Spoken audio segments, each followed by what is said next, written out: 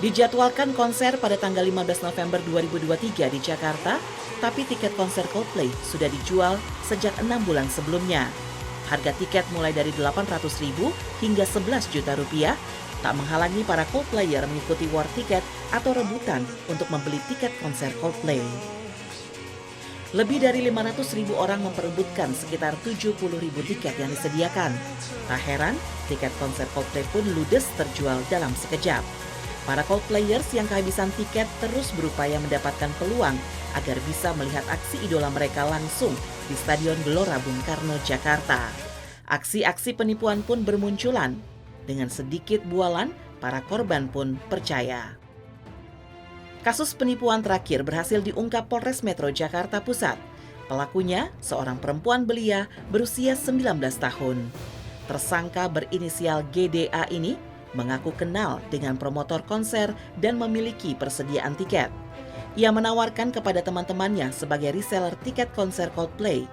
Tersangka meyakinkan para korban bahwa tiket yang didapatkan itu merupakan tiket komplimen yang akan diberikan pada saat menjelang konser. Tak tanggung-tanggung, tersangka berhasil menjual 2.268 tiket konser Coldplay. Namun, hingga mendekati konser dimulai, tiket yang dijanjikan tersangka tak kunjung tiba. Para korban pun melaporkan penipuan yang mereka alami ke polisi.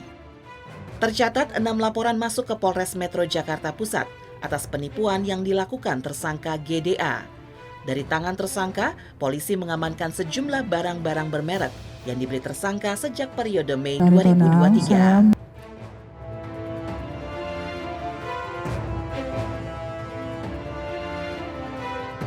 Yang ketiga, MF 1,3 miliar rupiah atau 500 tiket. Kemudian yang keempat, pelapor SG itu 73 juta atau 58 tiket. Kemudian korban AR yang kelima ini 1,3 miliar atau 400 tiket. Dan yang terakhir pelapor CL ini 230 juta, tapi menjadi bagian daripada 5 laporan polisi tersebut.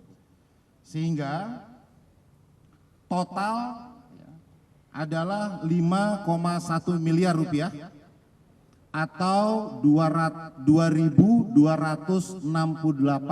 tiket.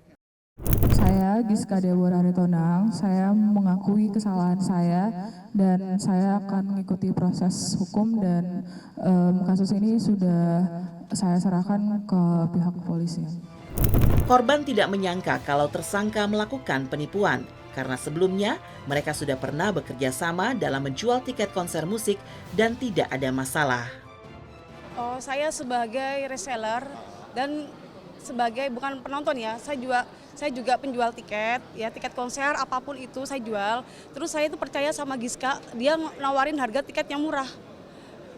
Dan nggak taunya ya seperti ini, kita semuanya ketipu. Saya awal kenal ya dia sering beli tiket ke aku. Jadi saya juga kalau ada tiket konser-konser yang lainnya, kayak konser Nicole, Disney, juga dia juga beli sama aku. Kalau aku ada saya kasih ke dia lempar-lemparan. Dan nggak taunya ya seperti ini, nggak ada masalah. Konser-konser yang lainnya tuh di-refund. Ketika nggak ada tiketnya di-refund. Cuman mungkin dia sasarannya di Coldplay ini. Kayaknya sih dia nggak mungkin sendirian ya.